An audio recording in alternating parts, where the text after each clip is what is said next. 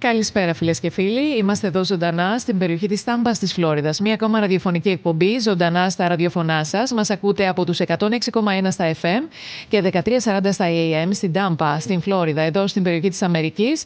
Αλλά φυσικά μας ακούτε και μέσω της ιστοσελίδας της Πανελλήνιας Ομοσπονδίας Φλόριδας, Pan-Hellenic Federation of Florida, όπου μπορείτε να ακούτε από όποιο μέρος του κόσμου και αν βρίσκεστε, από την Ελλάδα, από την Ευρώπη, από την Αυστραλία, από τα υπόλοιπα τμήματα της Αμερικής. Καλό σας βράδυ, καλή σας ημέρα από όπου και αν μας ακούτε. Γιώτα Αργυροπούλου Φραγκέδη στο μικρόφωνο της εκπομπής μας, Pan-Hellenic News, μία ώρα μαζί με νέα που αφορούν την ελληνική κοινότητα, τον ελληνισμό μας, την Ελλάδα μας, την Κύπρο μας, την Αμερική. Θα είμαστε λοιπόν μαζί σας συντροφιά, εδώ από την άλλη άκρη της Ιφιλίου, για όσους μας ακούτε από την Ελλάδα. Φυσικά μας βλέπετε και ζωντανά από το Facebook Live, από την ιστοσελίδα μου Γιώτα Αργυροπούλου. Καλησπερίζουμε και εσάς που μας βλέπετε και μας ακούτε και από την Φλόριδα αλλά και από την Ελλάδα. Καλώς ήρθατε λοιπόν σε μία ακόμα ραδιοφωνική εκπομπή.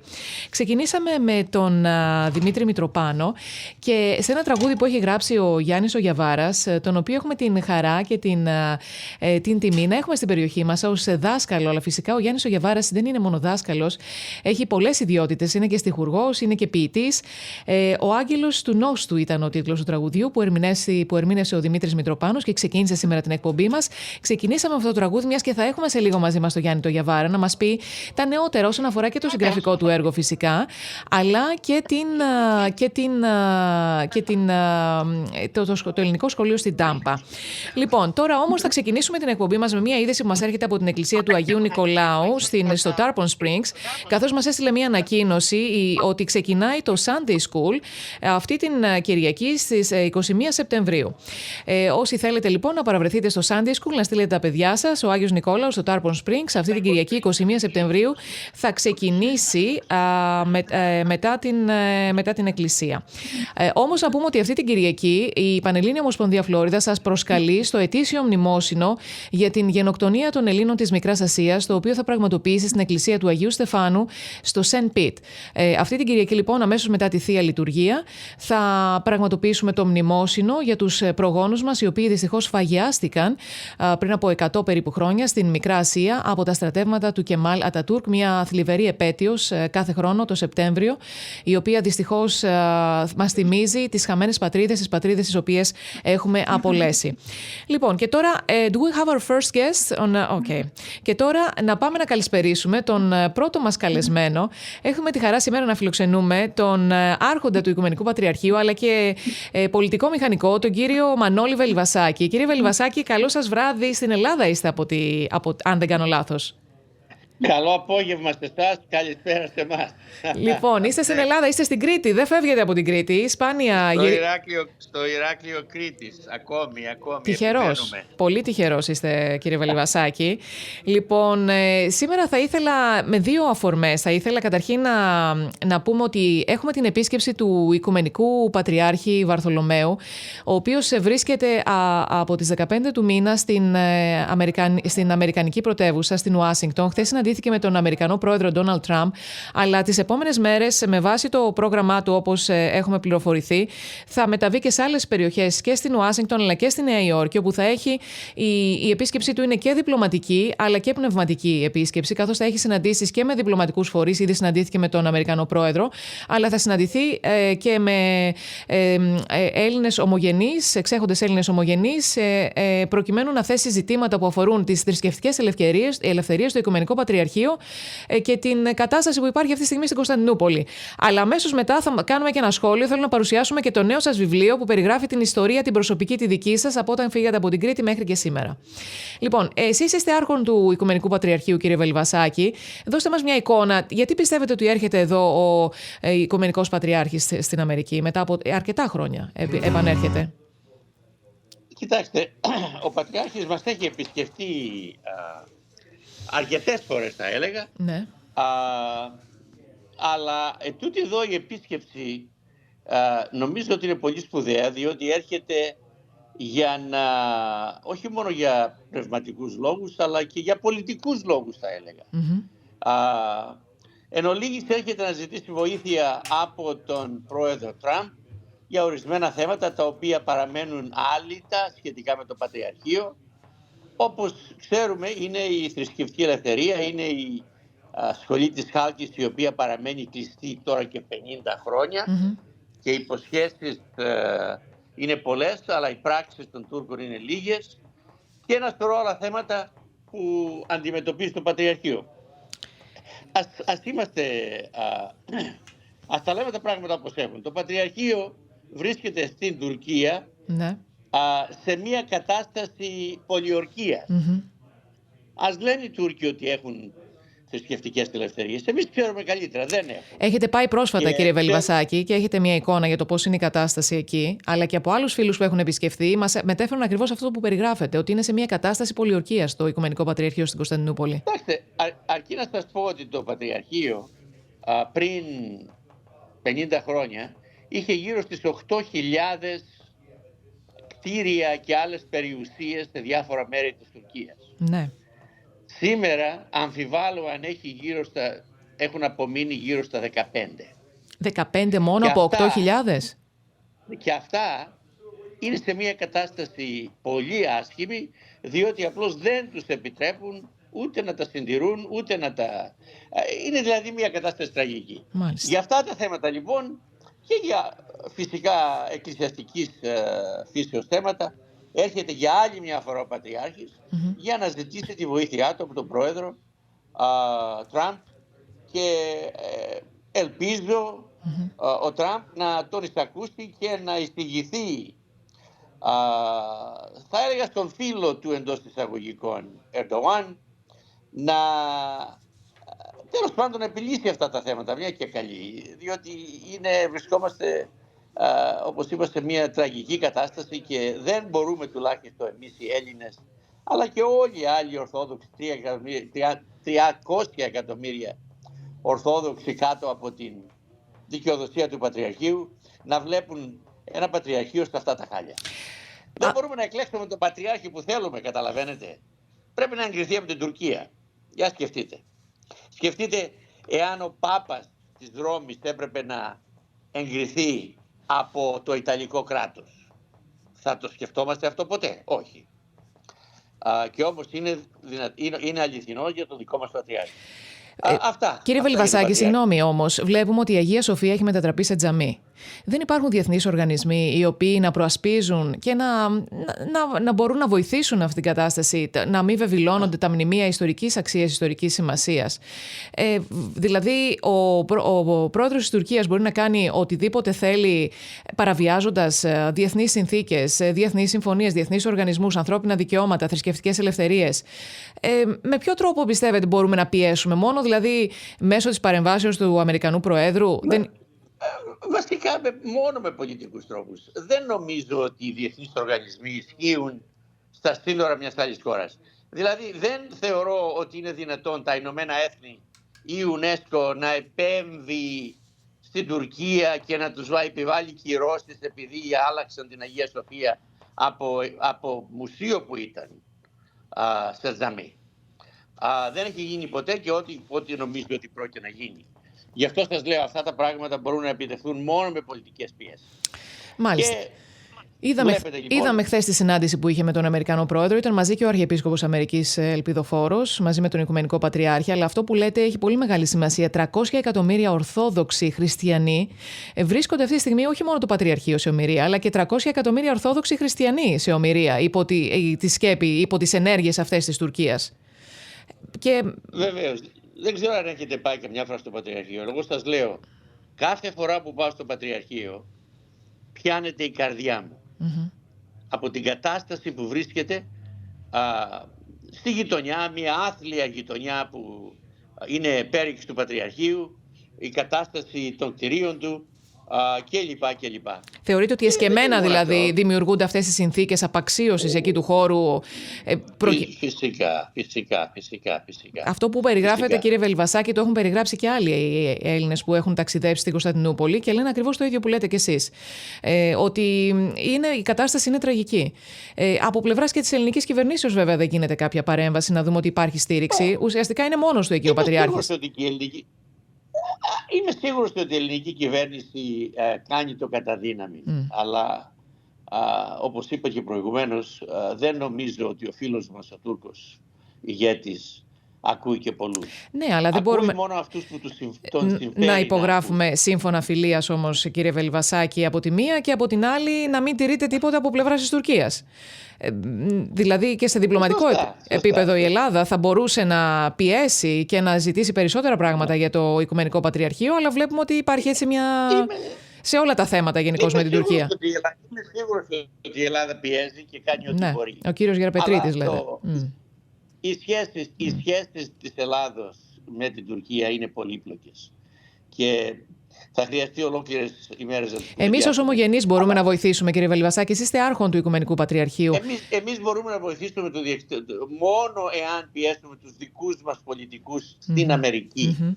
Έτσι νομίζω εγώ. Σωστό. Ότι μόνο η υπερδύναμη στη Αμερική μπορεί να επιβληθεί και να δώσει στον Τούρκο ηγέτη να καταλάβει ότι δεν μπορεί να το έχει both ways. Δεν είναι δυνατόν να λέει ότι θα ανοίξει τη σχολή και μετά να βρίσκει δικαιολογίες και λοιπά γιατί δεν ανοίγει τώρα 50 χρόνια. Και όχι μόνο αυτό, είπαμε οι περιουσίες της, όλοι οι περιορισμοί που έχει το Πατριαρχείο. Ναι. Αυτά μπορούν να λυθούν μόνο με πολιτική βούληση και αυτό ακριβώς ψάχνουμε από τους Αμερικανούς ηγέτες. Και άλλη μια φορά, άλλη μια προσπάθεια με τον Πατριάρχη να πείσει τον Τραμπ και τους αξιωματούχους του State Department ότι πράγματι αξίζει να κοιτάξουν τα θέματα αυτά και να μιλήσουν με τον Τούρκο. Άρα και εμείς ως ομογενείς, δηλαδή από τη δική μας την πλευρά, θα πρέπει να ενισχύσουμε αυτή την προσπάθεια και με τη δική μας παρουσία να ενισχύσουμε και εμείς αυτές τα αιτήματα που έρχονται από την ελληνική... Βεβαίως. Εάν κάθε Έλληνας, Αμερικανός πολίτης έστελνε ένα τηλεγράφημα στον γερουσιαστή του και στον βουλευτή του και να αναφέρει τα 5-10 θέματα του Πατριαρχείου και όχι μόνον, και τα... Πάντως, κύριε Βελβασάκη, για να το πω και στον αέρα και να πληροφορηθείτε κι εσείς, η Πανελλήνια Ομοσπονδία Φλόριδας αρκετές φορές και με την Επιτροπή Εθνικών Θεμάτων που έχουμε, όπου είμαστε περίπου 12 με 15 άτομα, κάθε Τρίτη συναντιόμαστε και συζητούμε τέτοια θέματα. Έχουμε κάνει αρκετές παρεμβάσεις και σε τοπικούς γερουσιαστές, αλλά και σε κεντρικό επίπεδο, αναφέροντας ότι ως Έλληνες ομογενείς μας ενδιαφέρουν ζητήματα και για το Πατριαρχείο και για τα θέματα εξωτερικής πολιτικής και για τους S300. Δηλαδή, είναι μία από τις δράσεις που η Πανελλήνια Ομοσπονδία Φλόριδας κάνει. Αλλά καλό είναι και άλλα σωματεία να συμπαρατάσσονται μαζί. Ακριβώς. Αυτό μπορούμε να κάνουμε και αυτό πρέπει να κάνουμε. Το σπουδαιότερο που μπορούμε να κάνουμε είναι να επιβληθούμε και να ζητήσουμε από τους δικούς μας γερουσιαστές και βουλευτές. Ένας γερουσιαστής από την Αλάσκα δεν θα με ακούσει εμένα ψηφοφόρο από τη Φλόριδα. Αλλά ο γερουσιαστής της Φλόριδας σωστό. Θα ακούσει 1.000, 2.000, 3.000, 5.000, 10.000 Έλληνες. Λοιπόν, θα δούμε τις επόμενες μέρες μέχρι την ολοκλήρωση της επίσκεψης του Οικουμενικού Πατριάρχη. Μέχρι τις 18, αν δεν κάνω λάθος, θα είναι εδώ στην Αμερική, σε διάφορες επαφές σε Ουάσιγκτον και Νέα Υόρκη, και θα δούμε τι θα αποφέρουν αυτές οι επαφές. Να πούμε τώρα ότι το βιβλίο σας κυκλοφορήσατε, γράψατε το πρώτο σας βιβλίο, κύριε Βελβασάκη. Είναι το πρώτο βιβλίο, ναι. Συγχαρητήρια. Σκαρφαλώνοντας τις κορυφές του κόσμου. Έχετε τα βουνά του Ψιλορίτη. Είναι αυτά που βλέπουμε στο εξώφυλλο? Ο Ψιλορίτης είναι, οι κορυφές αυτές? Μπορεί να είναι τα βουνά του Ψιλορίτη, μπορεί να είναι τα βουνά της Φλόριδας, αν είχε βουνά η Φλόριδα, ή τα βουνά της Νέας Υόρκης. Τελικά σκαρφαλώσατε στην κορυφή του κόσμου, κύριε Βελβασάκη? Προσπάθησα. Και προσπαθείτε ακόμα, είστε νέος ακόμα, έχετε καιρό ακόμα. Εγώ νομίζω ότι, κοιτάξτε να δείτε, το βιβλίο γεννήθηκε όχι από ανάγκη να καταγράψω τα κατορθώματά μου, ούτε να καταγράψω τις κορφές που κατέλαβα, αλλά από την ανάγκη να κατανοήσω το ίδιο το ταξίδι μου και να το φωτίσω με σκέψη και να ζυγίσω με συναισθήματα και να το μοιραστώ με αλήθεια. Το βιβλίο σας παρουσιάστηκε, να πούμε, στις 15 πριν από 2 μέρες, αν δεν κάνω λάθος, στο Ηράκλειο, αν δεν κάνω λάθος, κύριε Βελβασάκη, έτσι, στην αίθουσα της Περιφέρειας. μεγάλη επιτυχία. Πολύ ωραία εκδήλωση. Πολύ... Είχε πάρα πολύ κόσμο η παρουσίαση, γιατί φαντάζομαι και οι ομογενείς μας, οι συμπατριώτες μας, εμείς είμαστε οι ομογενείς, οι συμπατριώτες μας στην Ελλάδα, θα τους ενδιέφερε να δουν πώς ένας άνθρωπος που έφυγε από την Κρήτη παιδάκι, πώς κατάφερε να έχει αυτή την επιτυχία ταξιδεύοντας στην Αμερική. Και πείτε μας, εσείς κύριε Βελιβασάκη, σε τι ηλικία φύγατε από την Κρήτη? Κοιτάξτε, εγώ έφυγα από την Κρήτη 20 ετών. 20 ετών, μετά από το στρατιωτικό, ήρθα στη Νέα Υόρκη για σπουδές και παρέμεινα στη Νέα Υόρκη για 55 χρόνια. Κοιτάξτε, το βιβλίο αυτό, ένας λόγος που με όθησε να γράψω το βιβλίο, είπα, δεν είναι για να καταγράψω τα κατορθώματα, αλλά για να δείξω στους νέους της εποχής, της σημερινής εποχής, η οποία είναι μια δύσκολη εποχή. Οι συνθήκες είναι δύσκολες. Ότι αν κάποιος θέλει να κάνει κάτι και αν έχει όνειρο να κάνει κάτι και επιμείνει με πολλή δουλειά και με επιμονή και υπομονή, μπορεί να το καταφέρει. Και αν πράγματι του αρέσει αυτό που κάνει, τότε το όλο εγχείρημα δεν θα έχει τόσο βάρος όσο νομίζει, τουλάχιστον στην αρχή, και ότι θα γίνει ένα φτερά για να τα βάλει στους τόμους του να πετάξουν. Αυτό το βιβλίο, θα έλεγα εγώ, δεν το έχω διαβάσει, αλλά από ό,τι έχω δει κάποιες από τις περιγραφές που υπάρχουν για το συγκεκριμένο, εσείς εμπνευστήκατε από τον Ψιλορίτη, κύριε Βελιβασάκη, σαν μικρό παιδί και θελήσατε να φτιάξετε ανάλογα, να δημιουργήσετε ανάλογα ψηλά κτίρια, όπως και δημιουργήθηκαν στη Νέα Υόρκη. Θα θέλαμε να μας πείτε έτσι τα πιο σημαντικά στοιχεία που πιστεύετε ότι της πορείας τα οποία περιγράφετε στο βιβλίο. Δηλαδή φύγατε από την Κρήτη, πήγατε στη Νέα Υόρκη, σπουδάσατε. Κοιτάξτε, δεν είναι, το βιβλίο αυτό δεν μπορώ να πω ότι είναι αυτοβιογραφία. Το βιβλίο αυτό είναι μία συλλογή από γεγονότα και γεγονότα βασικά που συνέβησαν στην καριέρα μου, αλλά και με την ανάμειξη με την Ομογένεια. Μην ξεχνάτε ότι είμαι αναμειγμένος με την Ομογένεια τα τελευταία 50 χρόνια. Ναι, και ως πρόεδρος της Παγκριτικής Αμερικής και ως πρόεδρος του Παγκοσμίου Συμβουλίου Κριτών. Σωστά. Δεν καταγράφω λοιπόν πώς χτίζονται τα κτίρια, διότι δεν νομίζω κάποιος θέλει να μάθει πώς χτίζονται τα ψηλά κτίρια.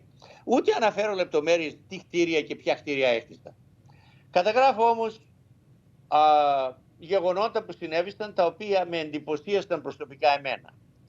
Μία συνεδρίαση με κάποιο πρίγκιπα, μία συνεδρίαση με ένα Τούρκο πελάτη, τι αισθάνθηκα όταν πήγα μετά το σεισμό στην Κωνσταντινούπολη, που με είχαν καλέσει για να αναστηλώσω το νέο αεροδρόμιό τους, και μπήκα μέσα σε μια αίθουσα και βρήκα ένα παγετό όταν με είδαν και κατάλαβαν ότι δεν είμαι Ξανθός Αμερικανός, αλλά είμαι Έλληνας.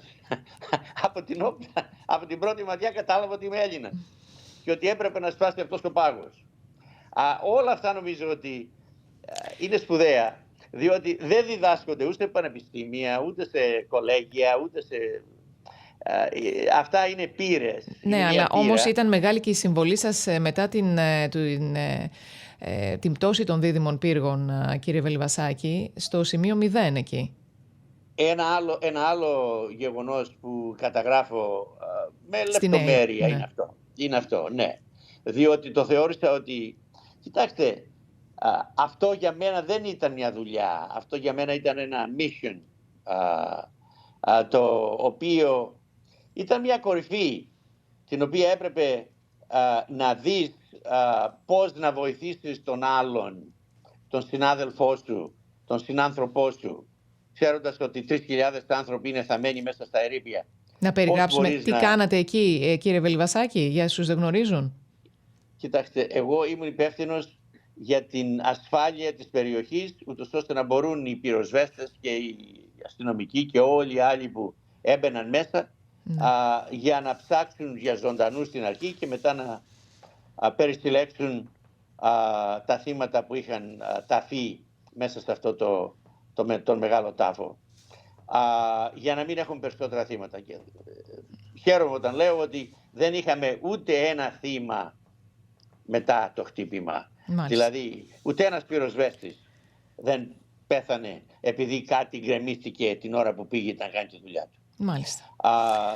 Ναι. Και όχι μόνο όμως, κύριε Βελιβασάκη, πράγματι, ναι. Και μετά έτσι αναφέρω κάποια έτσι επιγραμματικά και για την αποκατάσταση του τρούλου στο Καπιτόλιο στην Ουάσιγκτον. Αναφέρετε κάποια έτσι το πώς το βιώσατε αυτό, για τους πύργους στη Σανγκάη. Αναφέρετε δηλαδή κάποια περιστατικά τα οποία ουσιαστικά θα έλεγα ότι κάνουν motivate, όπως λέμε εδώ στην Αμερική, δηλαδή κινητοποιούν, δίνουν ένα όνειρο και στους νεότερους ότι δεν έχει σημασία, όπως αναφέρεται και το απόφθεγμα του Νίκου Καζαντζάκη, ότι φτάσε όπου δεν μπορείς, ας πούμε εκεί που δεν μπορείς, εκεί φτάσατε. Ακριβώς. Αυτό ήταν το σύνθημα που εγώ πήρα από μικρός, ήταν αυτό του Καζαντζάκη. Φτάσε εκεί που δεν μπορείς. Προσπάθησε να φτάσεις εκεί που δεν μπορείς. Δεν πρέπει να είστε ποτέ ευχαριστημένος με κάτι. Εάν έχεις όνειρο να κάνεις κάτι, δεν πρέπει ποτέ να δέχεστε ότι θα κάνω κάτι λιγότερο. Μάλιστα. Μπορεί οι περιστάσεις να μην σε αφήσουν να κάνεις αυτό, αλλά εν συνεχεία μπορείς να το καταφέρεις αργότερα. Αυτό λοιπόν, αυτό ήταν το πολύ ωραία. Και αυτό είναι το μήνυμα. Συγχαρητήρια, κύριε Βελιβασάκη. Φαντάζομαι θα έρθετε προς τη Φλόριδα το επόμενο διάστημα. Θα χαρούμε να κάνουμε έτσι και μια παρουσίαση του βιβλίου σας εδώ στην περιοχή, να το μάθουν και οι ομογενείς μας. Θα έρθω στη Φλόριδα, τα βιβλία ήδη στάλησαν. Τώρα δεν ξέρω πόσο καιρό θα κάνουν να περάσουν τον Ατλαντικό και να φτάσουν στις ακτές της Αμερικής. Ελπίζω μέχρι Οκτώβριο-Νοέμβριο να τα έχουμε. Και θα κάνω παρουσίαση και στη Νέα Υόρκη και στη Φλόριδα. Πολύ ωραία. Πολύ ωραία. Και φαντάζομαι... Ήθελα να πω επίσης ότι διάλεξα την ελληνική γλώσσα για το πρώτο μου βιβλίο, διότι δεν ήταν απλώς μια πρακτική επιλογή, ήταν μια εσωτερική ανάγκη. Η ελληνική γλώσσα των πρώτων μου εικόνων, των ιστοριών που άκουσα σαν παιδί, των αξιών που μετέδωσαν οι δασκάλοι μου. Είναι η γλώσσα με την οποία έμαθα να ονομάζω τη χαρά και τη λύπη, την ελπίδα, την απογοήτευση, τη μάχη, τη νίκη. Και ήθελα να το γράψω στην ελληνική γλώσσα. Μπορεί να ήταν πολύ πιο εύκολο για μένα να το γράψω στα αγγλικά. Αλλά όχι, επίμενα ελληνικά. Και αν χρειαστεί φυσικά αργότερα μπορούμε να το μετατρέψουμε και στα αγγλικά, γιατί γνωρίζω καλά ότι πάρα πολλοί από τους φίλους μας και τους γνωστούς και τους Ελληνοαμερικανούς δεν μπορούν να καταφέρουν να διαβάσουν με μεγάλη άνεση ένα ολόκληρο βιβλίο. Πολύ συγκινητικό αυτό που λέτε, κύριε Βελιβασάκη. Η γλώσσα η οποία σας έδωσε την πρώτη σας ομιλία, η γλώσσα που σας περιέγραψε τα πρώτα σας συναισθήματα, αυτήν λέτε κρατάτε μέσα στην καρδιά σας και με αυτή θέλετε να ξεκινήσετε το συγγραφικό σας έργο και να παρουσιάσετε τα γεγονότα έτσι όπως τα ζήσατε. Λοιπόν, συγχαρητήρια από εμάς. Σκαρφαλώνοντας τις κορυφές του κόσμου είναι ο τίτλος, κυρίες και κύριοι, του πρώτου βιβλίου του κύριου Μανώλη Βελιβασάκη. Συγχαρητήρια. Καλοτάξτε το βιβλίο σας, κύριε Βελιβασάκη, και θα είμαστε σε επαφή όταν θα έρθετε εδώ στην περιοχή για την παρουσίαση. Να είστε καλά και εγώ ευχαριστώ. Να είστε καλά. Καλό σας βράδυ στην Ελλάδα. Ευχαριστώ πολύ. Καλή σας. Let's go to our advertisement break, please. This is the Tan Talk Radio Network. Oh no, my watch stopped again. What time is it? It's time you got that watch repaired, and I know exactly the place. Timekeeper in Countryside Mall, Clearwater. They've been around a long time, and they have an expert technician who can repair watches, replace batteries, can even make you a new piece of jewelry with an old piece you have. Look at this beautiful necklace he made me with some old things I had lying around. Don't forget, Timekeeper at Countryside Mall, Clearwater. Call at 797-4411. This is the Tan Talk Radio Network. I think we have a song to start our next, I don't know if you noticed, but it's okay. Εμείς μπορούμε να κάνουμε μερικές ανακοινώσεις μέχρι να πάρουμε τον επόμενο καλεσμένο, αν μου επιτρέπετε. Να πούμε μισό λεπτάκι. Μας ήρθε μια ανακοίνωση από το ελληνικό προξενείο στην Τάμπα. Με βάση λοιπόν αυτά που αναφέρει ο κύριος πρόξενος, ο κύριος Κωνσταντίνος Δανασής, θα ήθελε να ενημερώσει τους συμπατριώτες μας εδώ στην περιοχή της Φλόριδας ότι κατόπιν απόφαση της Ευρωπαϊκής Επιτροπής στις 12 Οκτωβρίου πρόκειται να τεθεί σε λειτουργία σε πανευρωπαϊκό επίπεδο το σύστημα εισόδου-εξόδου Entry-Exit System κατ' εφαρμογή του κανονισμού 2017-2226. Αυτός ο κανονισμός λοιπόν προβλέπει αλλαγές στον τρόπο που διενεργούνται οι διαβατηριακοί έλεγχοι στα εξωτερικά σύνορα του ενιαίου χώρου Σέγγεν. Okay, thank you. Πιο συγκεκριμένα, η μέχρι σήμερα σφράγιση των ταξιδιωτικών εγγράφων αντικαθίσταται από ηλεκτρονική καταγραφή και ενυποθήκευση των στοιχείων εισόδου-εξόδου των υπηκόων τρίτων χωρών που επισκέπτονται τις χώρες του ενιαίου χώρου Σέγγεν για λόγους βραχίας διαμονής, συνοδευόμενη από τη λήψη και επαλήθευση βιομετρικών δεδομένων, δηλαδή δακτυλικά αποτυπώματα και εικόνα προσώπου.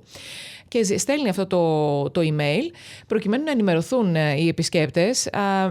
Για να το πούμε απλά, όσοι θα ταξιδεύουν πλέον προς την Ευρωπαϊκή Ένωση, αλλάζει η διαδικασία που θα γίνονται οι διαβατηριακοί έλεγχοι.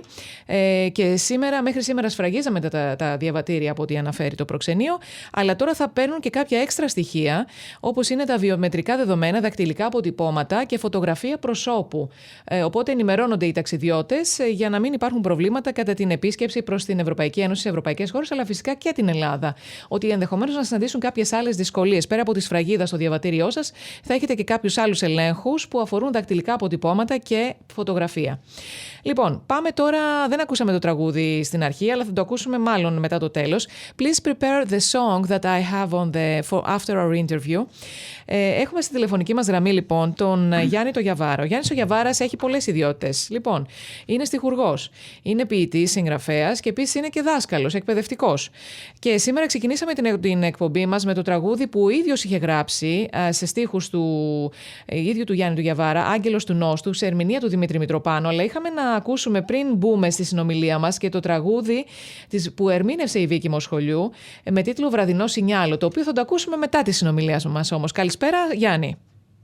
Καλησπέρα. Λοιπόν, πολλές ιδιότητές σου. Καταρχήν, μας έχεις δώσει ένα CD που περιλαμβάνει όλα τα τραγούδια τα οποία έχεις γράψει, σε στίχους φυσικά. Σε μελοποίηση έχουμε τον Δημήτρη Παπαδημητρίου και διάφορους άλλους συνθέτες οι οποίοι έχουν δώσει πνοή, έτσι, μουσική στη δική σου ποίηση. Και ξεκινήσαμε σήμερα την εκπομπή μας, έτσι θέλαμε να παρουσιάσουμε μερικά και να θυμίσουμε στον κόσμο εδώ στην περιοχή ποιες είναι οι δράσεις που κάνεις. Δεν ξέρω αν έχει κυκλοφορήσει κάτι νεότερο το τελευταίο διάστημα που θα μπορούσαμε να παρουσιάσουμε. Θα θέλαμε έτσι να μας πεις 2 λόγια για τη συγγραφική σου δράση και μετά να πούμε και 2 λόγια για το ελληνικό σχολείο στην Τάμπα, στο οποίο εδώ και αρκετά χρόνια εσύ εκεί ηγείσαι και μαθαίνεις την ελληνική γλώσσα στους μαθητές.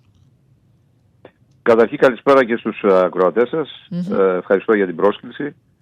Και σχετικά με το ερώτημα αν υπάρχει και κάτι άλλο από τα τραγούδια που τους στίχους έχουν μελοποιηθεί, ναι, υπάρχει ένα CD ακόμα που συνοδεύει το βιβλίο που εξέδωσα πριν από 3 χρόνια με τίτλο «Στις όχθες των ονείρων» και το CD εκείνο συνοδεύει, όπως είπα, το βιβλίο και στο οποίο συμμετέχουν 8 τραγουδιστές και ο συνθέτης Νίκος Πιτλόγλου έχει γράψει τη μουσική. Επίσης κάναμε και κάποια άλλα τραγούδια μετά, τα οποία είναι στο YouTube. Όταν πληκτρολογήσει κανείς το όνομά μου με ελληνικούς χαρακτήρες, μπορεί να δει και το κανάλι μου, στο οποίο υπάρχουν όλα τα τραγούδια που έχουν μελοποιηθεί ως τώρα. Πολύ ωραία. Πολύ, πολύ σωστή η παρατήρηση αυτή. Μπορούμε να βρούμε όλες τις πληροφορίες και στο κανάλι στο YouTube μαζί με όλα τα τραγούδια.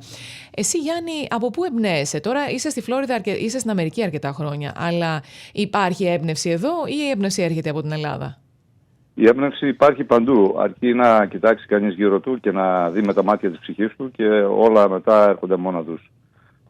Δεν έχει σημασία ο τόπος στον οποίο ζει κανείς, αλλά τα συναισθήματα που βιώνει και φυσικά όταν υπάρχει ένα σχετικό ταλέντο στη γραφή, μετά από εκεί πέρα είναι εύκολο να μετουσιωθούν οι σκέψεις και τα συναισθήματα σε στίχους. Για σένα υπάρχει ο νόστος της πατρίδας, είσαι αρκετά χρόνια στην Αμερική.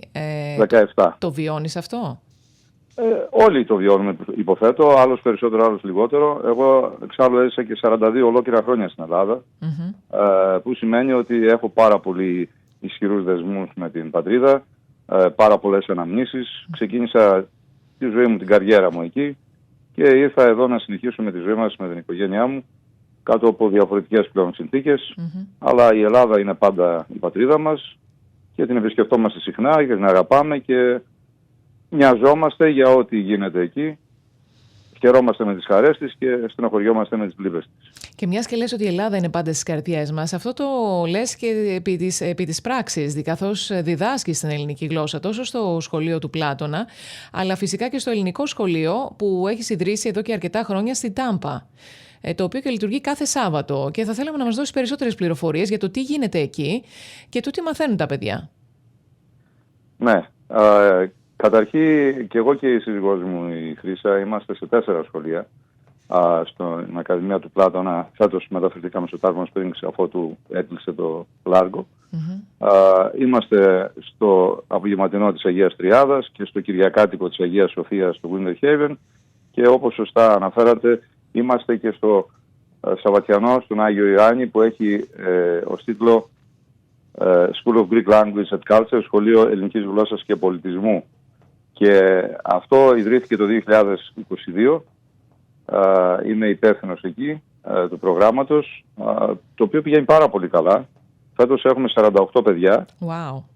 Είχαμε μια αύξηση 30% στη δύναμη των μαθητών μας, και το πιο εντυπωσιακό, κρατήσαμε όλους τους περσινούς μαθητές και ήρθαν και 12 καινούργοι. Λοιπόν, από εκεί πέρα δεν είναι μόνο η διδασκαλία της γλώσσας, είναι γενικότερα οι πολιτιστικές δράσεις που αναπτύσσουμε, και γι' αυτό και υποστηρίζουμε το κομμάτι του τίτλου που λέγεται Σχολείο Ελληνικής Γλώσσας και Πολιτισμού, διότι η Ελλάδα, ως γνωστόν, έχει έναν από τους πλουσιότερους πολιτισμούς και είναι πολύ εύκολο σε εμάς να δημιουργήσουμε καταστάσεις τέτοιες που να προάγουμε τον πολιτισμό αυτόν και να τον υπερασπιζόμαστε κάθε φορά, να τον τονίζουμε, γιατί όταν έχεις τόσο μεγάλη πολιτιστική ιστορία πίσω σου, το μόνο που πρέπει να κάνεις είναι να την συνεχίζεις. Μάλιστα. Το σχολείο ποιες ώρες λειτουργεί στην Τάμπα? Είναι από τη 1 μέχρι τις 3 το μεσημέρι. 1 έως 3. Και τα παιδιά είναι διαφόρων επιπέδων, φαντάζομαι, και φαντάζομαι ότι προχωρούν μέχρι και το πρόγραμμα της ελληνομάθειας. Ολοκληρώνουν, δηλαδή παίρνουν και πτυχίο. Έτσι, έχουμε από 5 έως 14 ετών μαθητές σε διάφορα επίπεδα. Φέτος είμαστε 5 δάσκαλοι από 3 που ήμασταν πέρσι, γιατί είναι πολλά τα παιδιά και πρέπει να γίνει σωστά η διδασκαλία και όλο το πρόγραμμα. Και φυσικά θα έχουμε και το πρόγραμμα της ελληνομάθειας. Η δική μου τάξη που έχει τους προχωρημένους μαθητές, τους advanced που λένε στα αγγλικά, έχω 11 παιδιά τα οποία θα είναι και τα 11 υποψήφοι για διάφορα επίπεδα του τεστ της ελληνομάθειας, Α1, Α2 και Β1.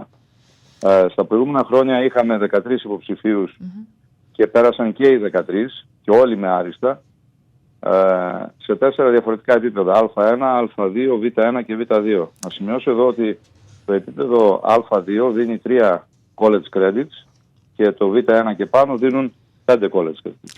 Γιατί είναι σημαντικό, αυτό ήθελα να σε ρωτήσω Γιάννη, γιατί είναι σημαντικό να πάρει κανείς το πτυχίο της ελληνομάθειας? Παίρνει college credits.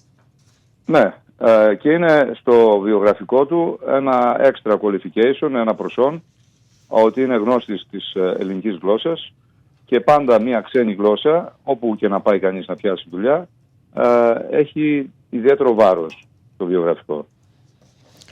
Μάλιστα. Γιάννη, αυτό το σχολείο λειτουργεί υπό την επίβλεψη, είναι υπό τη σκέπη της Εκκλησίας ή είναι αφορά... Όχι. Δεν είναι υπό τη σκέπη της Εκκλησίας. Μας φιλοξενεί η Εκκλησία στο χώρο που υπάρχει εκεί, αλλά είναι ανεξάρτητο. Μάλιστα. Τι κόστος έχει για τους γονείς αν θέλουν να εγγράψουν τα παιδιά τους? Το κόστος είναι $500 το χρόνο για το ένα παιδί. Όταν υπάρχει δεύτερο παιδί, για κάθε επιπλέον παιδί τέλος πάντων, κάνουμε μια έκπτωση 20%. Και η πληρωμή γίνεται σε 2 δόσεις. Μία το Σεπτέμβρη με την εγγραφή και μία τον Ιανουάριο. Μάλιστα. Λοιπόν, έχουν ξεκινήσει ήδη τα μαθήματα. Υπάρχει χώρος για νέους μαθητές, αν ενδιαφέρονται Φυσικά. να έρθουν στην Τάμπα? Φυσικά υπάρχει. Μόνο 2 Σάββατα έχουμε κάνει ως τώρα. Είμαστε στην αρχή. Και υπάρχει χώρος και διάθεση να υποδεχτούμε καινούριους μαθητές και πρόγραμμα και μεράκι και όλα. Φέτος, επειδή έχουμε ένα πρόγραμμα που θέλουμε να γίνεται rotation, κάθε χρόνο διαφορετικά πράγματα να κάνουμε ως προς τον πολιτισμό. Την πρώτη χρονιά, ας πούμε, πήγαμε στο Μουσείο της Τάμπα που έχει και ελληνικά εκθέματα, και το φθινόπωρο, και μετά την Άνοιξη πήγαμε στον Άγιο Αυγουστίνο.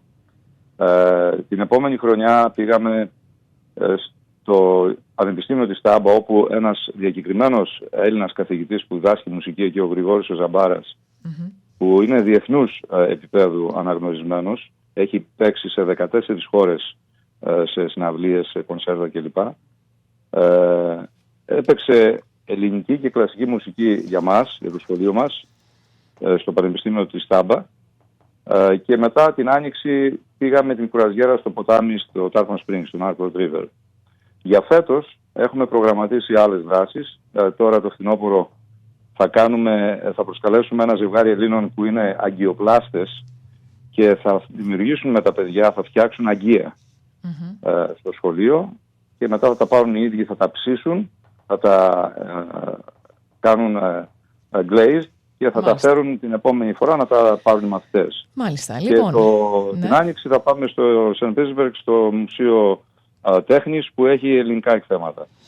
Λοιπόν, Γιάννη, καλή επιτυχία στο Ελληνικό Σχολείο της Τάμπας και φέτος. Συγχαρητήρια και σε σένα και σε όλους τους εκπαιδευτικούς εκεί για τη διάδοση της ελληνικής γλώσσας και πολιτισμού. Θα είμαστε σε επαφή για όποιες δράσεις έχετε να τις προωθήσουμε.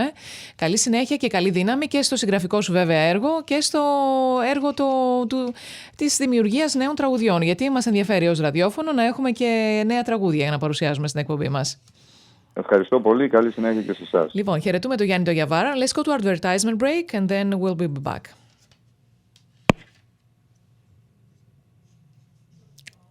Advertisement first, please, if that's possible. If that's possible. Thank you.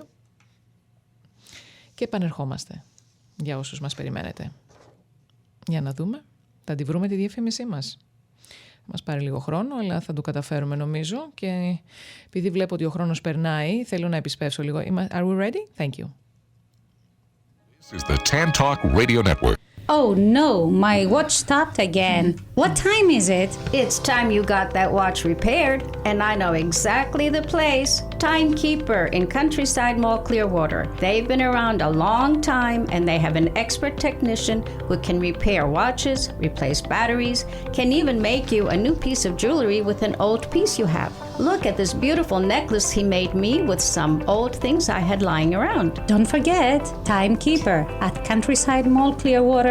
Call at 797-4411. This is the Tan Talk Radio Network. Θα προσπαθήσουμε να κρατήσουμε το τελευταίο τραγούδι που είπαμε θα ακούσουμε με τη Βίκη Μοσχολιού προς το τέλος της εκπομπής μας, γιατί ο χρόνος περνάει. Let's go to our next guest, please, if that's possible, if we can call him. Να πάμε να δούμε, κυρίες και κύριοι, τώρα να συζητήσουμε το θέμα της δολοφονίας Charlie Kirk. Η δολοφονία αυτή, λοιπόν, η οποία συντάραξε τις ΗΠΑ πριν από μερικές μέρες, ο Charlie Kirk σε ηλικία μόλις 31 ετών δολοφονήθηκε την ώρα που είχε μια ομιλία σε ανοιχτό κοινό στην περιοχή της Γιούτα, στο Πανεπιστήμιο της Γιούτα. Εκεί αυτό δημιούργησε φυσικά αποτροπιασμό αυτή η ενέργεια και φυσικά πολύ προβληματισμό για την κατάσταση που θα επιφέρει αυτή ενδεχομένως η δολοφονία στην αμερικανική πολιτική σκηνή. Λοιπόν, έχουμε στη τηλεφωνική μας γραμμή, τον ακούω αλλά θα τον παρουσιάσω τώρα, τον πρώην βουλευτή και πρόεδρο του Χριστιανοδημοκρατικού Κόμματος Ελλάδος, από την Πάτρα θα μας μιλήσει, ο κύριος Νίκος Νικολόπουλος. Κύριε Νικολόπουλε, καλό σας βράδυ από την Φλόριδα στην Πάτρα, στην πανέμορφη Πάτρα. Καλό βράδυ. Μιλάτε για ένα γεγονός που συγκλώνησε όχι μόνο την Αμερική, αλλά και κάθε άνθρωπο που πιστεύει στη δύναμη της ελευθερίας και του διαλόγου. Αυτό ήθελα να σας πω. Πώς νομίζω ότι αυτή η δολοφονία θα μπορούσε να επηρεάσει την Ελλάδα ή και την παγκόσμια πολιτική σκηνή? Ναι, ακριβώς επειδή σας παρακολούθησα στην εισαγωγή σας, ήθελα να σας πω ότι επηρεάζει αναμφισβήτητα ακόμα και εμάς εδώ, γιατί φίλες και φίλοι της ομογένειας, σήμερα μιλάμε για ένα γεγονός που κάθε άνθρωπο συγκλονίζει που πιστεύει στη δύναμη της ελευθερίας του διαλόγου. Δεν είναι μια μακρινή λοιπόν υπόθεση για μας, είναι μια προειδοποίηση για όλους εμάς ότι η δημοκρατία απειλείται όταν ο λόγος φημώνεται με τη βία. Ο Κέρκ, ένας νέος πατέρας και χριστιανός ακτιβιστής, δεν φοβήθηκε να μιλήσει για την πίστη του, την οικογένεια, την ελευθερία. Το έκανε με θάρρος ακόμα και όταν ήξερε ότι αυτό ενοχλεί. Και γιατί δολοφονήθηκε? Δολοφονήθηκε γιατί θύμιζε πως οι λαοί δεν πρέπει να σκύβουν το κεφάλι. Και αυτό είναι ένα μήνυμα που μας αφορά όλους και εδώ στην Ελλάδα. Παρότι οι συνθήκες είναι διαφορετικές, το πρόβλημα είναι παρόμοιο. Απαξίωση του διαλόγου, πολιτική μικρότητα, εργαλειοποίηση του πένθους. Αν θέλουμε λοιπόν να τιμήσουμε τη μνήμη του, πρέπει να πούμε όχι στη σιωπή και όχι στην ανοχή. Σιωπή, λες και δεν τρέχει τίποτα, που ένας υποψήφιος αρχηγός του κόμματος της αντιπολίτευσης σήμερα προσέρχεται στην κυβερνητική παράταξη. Για τον κύριο Λοβέρδο λέτε. Για τον κύριο Λοβέρδο λέτε. Το είδαμε και αυτό. Η δημοκρατία ζει μόνο όταν μιλάμε, όταν αντιστεκόμαστε, όταν υπερασπιζόμαστε τις αξίες μας, την αλήθεια. Όταν λοιπόν λέμε δεν βαριέσαι καημένα και τι έγινε, έτσι είναι, παραδεχόμαστε ότι δεν υπάρχουν ιδανικά, δεν υπάρχουν αξίες. Από αυτό το γεγονός και μόνο λοιπόν τα παιδιά μας οδηγούνται στο να βρούνε κάπου αλλού τη χαρά, την αλήθεια, την ευτυχία. Αυτό που ο Κέρκ τους έλεγε, μην καπνίζετε χασίσι, παντρευτείτε, βρέστε μια γυναίκα, ερωτευτείτε, αγαπήσετε, πιστέψτε στο Θεό, μην πίνετε αλκοόλ χωρίς κανένα λόγο. Άρα λοιπόν βρισκόμαστε σε κίνδυνο και η δημοκρατία και η κοινωνία από την δολοφονία Κέρκ στο ελληνικό αύριο. Και ήθελα να πω λοιπόν στις ακροάτριες και στους ακροατές της Ομογένειας, μιλάμε για μια τραγωδία που συγκλώνησε με την Αμερική, αλλά αφορά ολόκληρο τον ελεύθερο κόσμο. Γιατί αυτός λοιπόν ο ακτιβιστής πότε δολοφονήθηκε και πού? Την ώρα που μιλούσε σε πανεπιστήμιο. Δολοφονήθηκε γιατί μιλούσε, γιατί πίστευε ότι ο λόγος, η πίστη, η οικογένεια, η αλήθεια είναι δυνάμεις που μπορούν να αλλάξουν τον κόσμο, και αυτό για κάποιους ήταν ανυπόφορο. Η δολοφονία λοιπόν του Κέρκ δεν είναι αμερικάνικη υπόθεση, είναι καμπανάκι για όλους μας, καμπαναριό είναι. Όταν η αντίθετη άποψη θεωρείται απειλή που πρέπει να εξοντωθεί, όταν τα πανεπιστήμια γίνονται πεδία πολιτικού πολέμου, όταν τα social media μετατρέπονται σε δικαστήρια που καταδικάζουν σε θάνατο χαρακτήρων, τότε η δημοκρατία ψυχοραγεί. Η δημοκρατία δεν κινδυνεύει πρώτα από τα όπλα, αλλά από τη σιωπή, από τη λογική ότι η διαφορετική άποψη δεν πρέπει να ακούγεται. Το λέω λοιπόν καθαρά. Πρέπει να καταδικάσουμε τη βία χωρίς αστερίσκους. Πάντως κάνει εντύπωση. Είναι τρομακτικό, κύριε Νικολόπουλε, το πώς ένα παιδί 22 χρονών βρήκε αυτό το μίσος μέσα του ή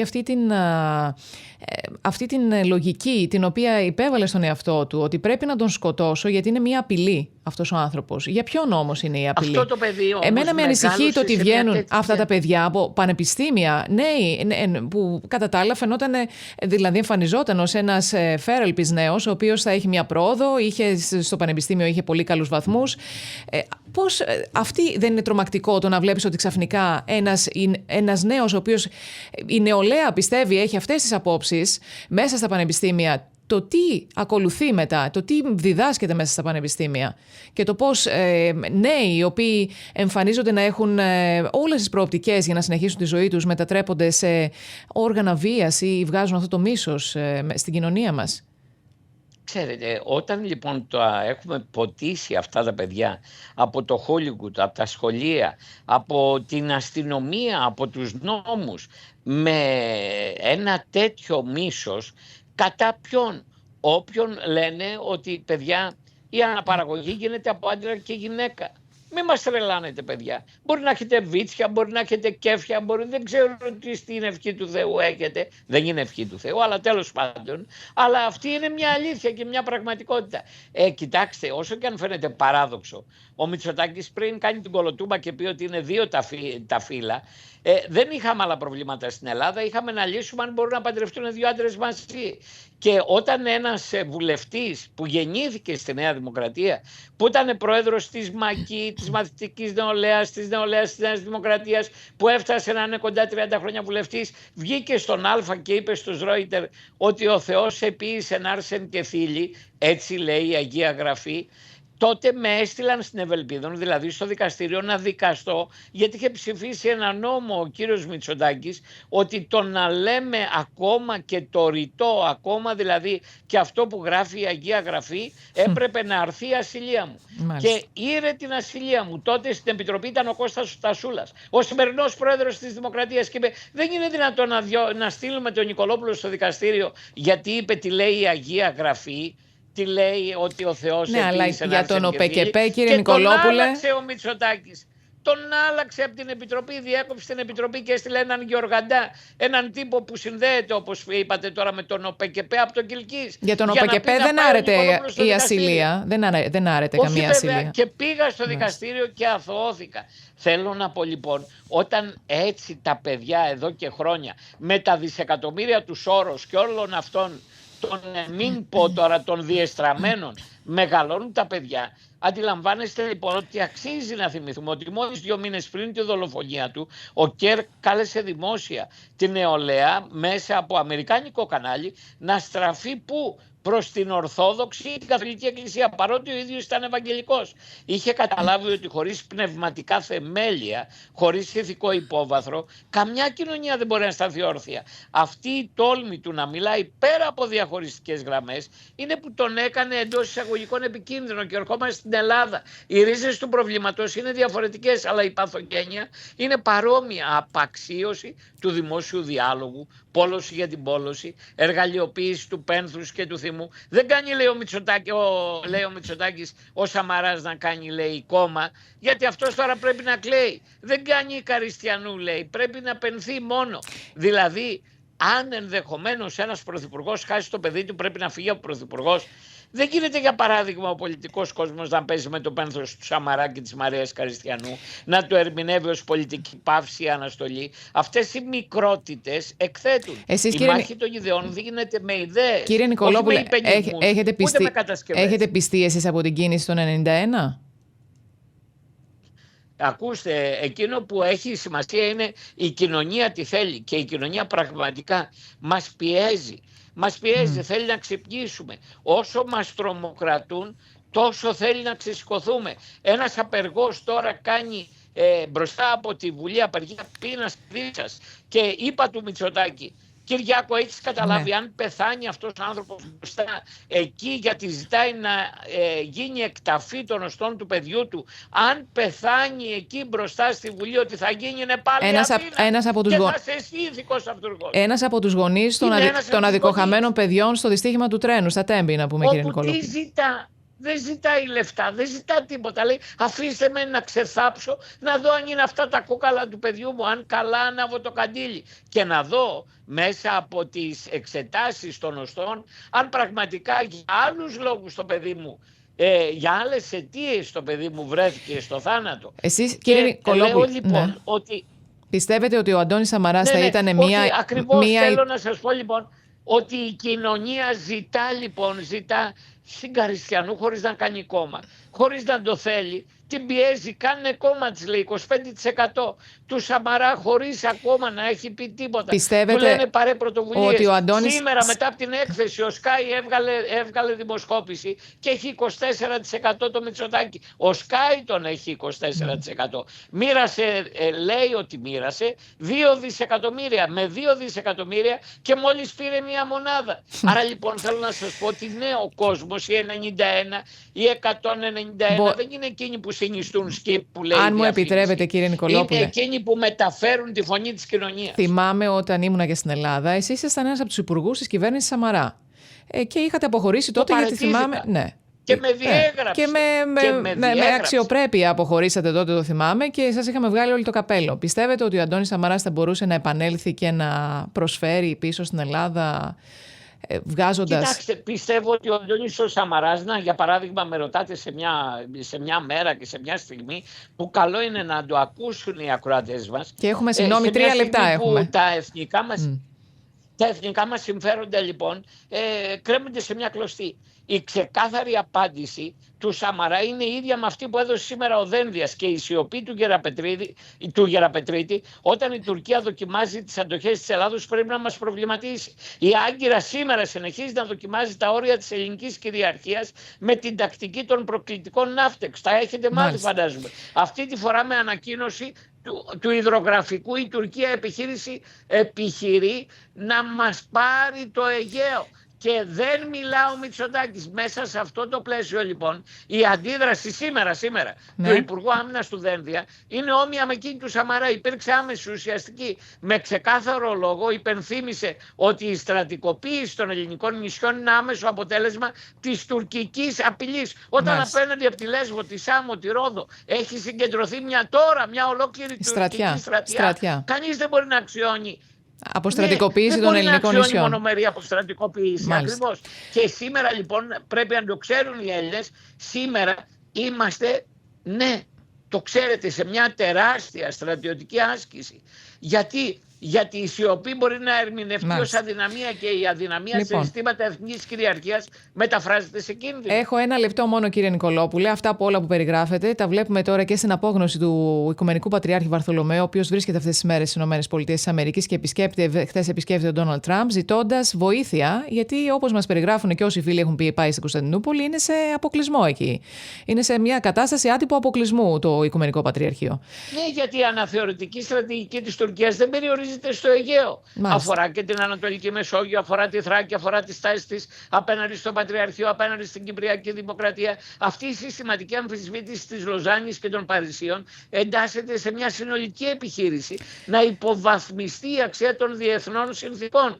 Αυτή λοιπόν η άμεση ενεργοποίηση της ελληνικής διακλαδικής δύναμης που γίνεται τώρα, ταχείας αντίδρασης, με άσκηση που κάνουμε τώρα, που καλύπτει όλο το Αιγαίο και τον Εύρο, δείχνει ότι η στρατιωτική ετοιμότητα δεν είναι θεωρία. Οι ένοπλες δυνάμεις δείχνουν για ακόμα μια φορά ότι μπορούν να ανταποκριθούν άμεσα σε κάθε κλιμάκωση. Σας ευχαριστούμε, κύριε Νικολόπουλε. Δεν έχω άλλο χρόνο, πρέπει να κλείσω. Είστε όπως πάντα καταιγιστικός και πάνω στο θέμα. Θα τα ξαναπούμε σύντομα. Ευχαριστώ πάρα πολύ για το χρόνο σας. Καλό βράδυ στην Πάτρα. Στην όμορφη, δυστυχώς κάει και η Πάτρα. Δεν θα το συζητήσουμε αυτό.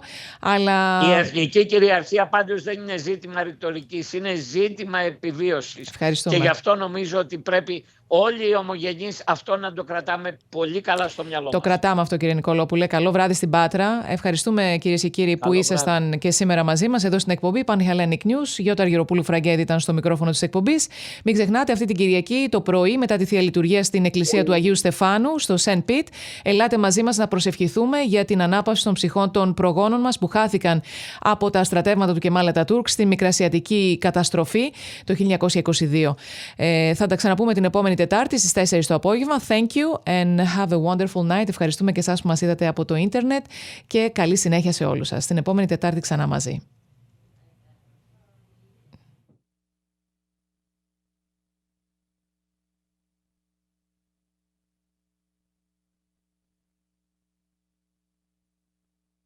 WTAN Clearwater, FM 106.1, WDCF Dade City, FM 102.3. listen.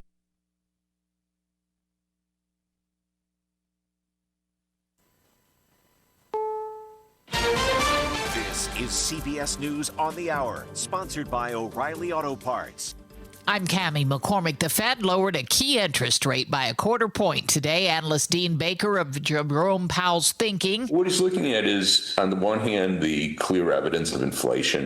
Inflation is accelerating moderately. The main